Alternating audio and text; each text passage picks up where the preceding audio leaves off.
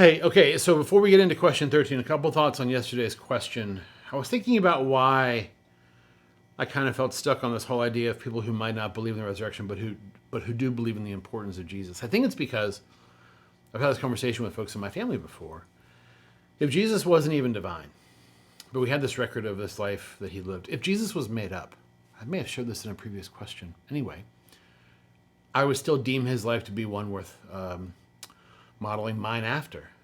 I think the examples we see in the life of Jesus, the sacrifices, the humility, if I found out tomorrow that Jesus was a hoax, I would think to myself, that's a really good hoax. And that was really good.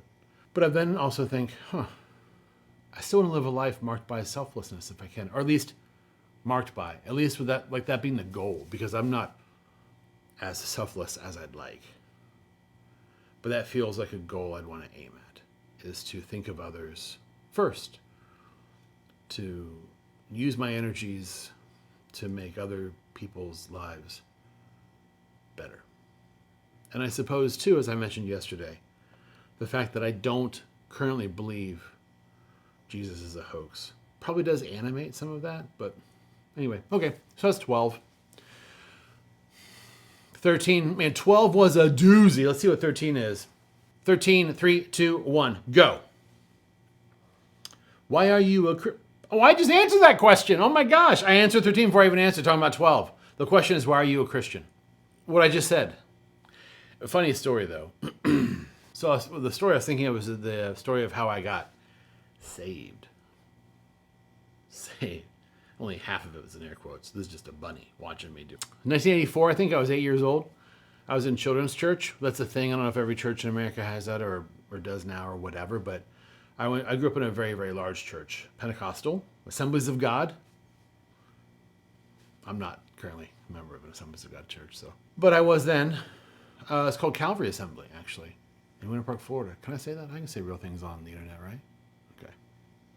Hey, Calvary. I don't know if it's still there, but it was really, really big at the time. And they had, the children's church used an old church building. Like, on the campus of the church, there were literally 3 church buildings. And as the church grew, they left the small, kind of like hand-me-downs for clothes in large families. Anyway, I'm in children's church, Jubilation Station. So it was this big set on stage, and they had puppets. And children's church was called Jubilation Station. Pastor Rick, I think, was my children's pastor's name. And there was it was kind of modeled after this Christian TV show for kids back in the 80s that was called Gospel Bill. I think it was kind of based on that. Anyway, Jubilation Station. There were Christians and there was whatever. Anyway, there was a bad guy character, puppet, and his name was, I think I've told this story in other Don't Trust This Man videos, but it's really funny. His name was Sinister. And he was meant to be kind of like the devil character. And it was an effective character. He scared me. I was really scared of going to hell and having to spend time with Sinister, the puppet. I was really, really scared. And so they had an altar call. You guys know what I'm talking about. Some of you do.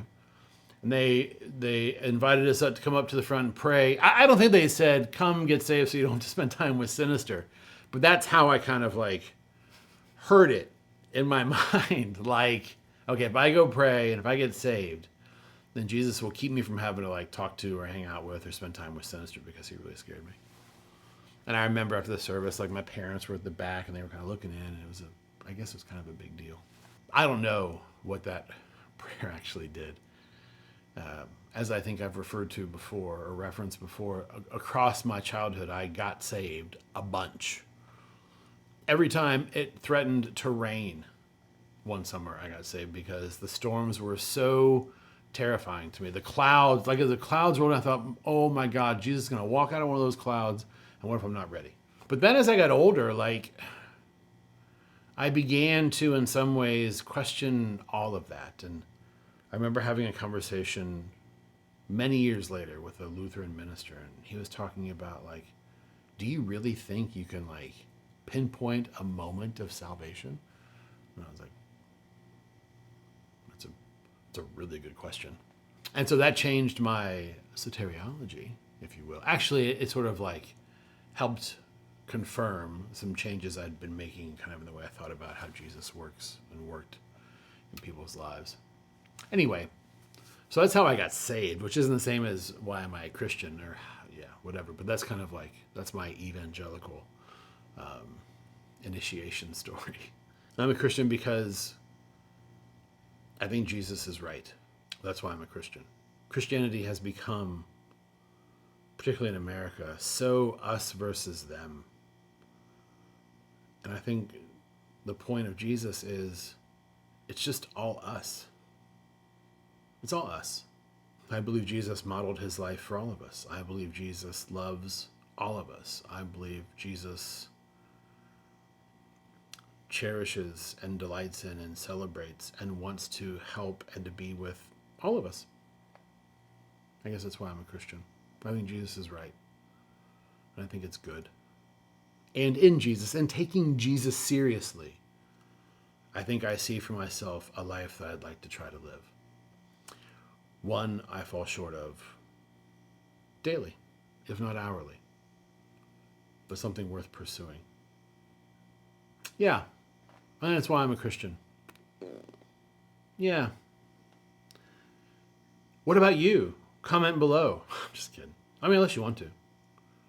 But that's why I'm a Christian. I think that's why I'm a Christian. I think that's why. Yeah. That's why.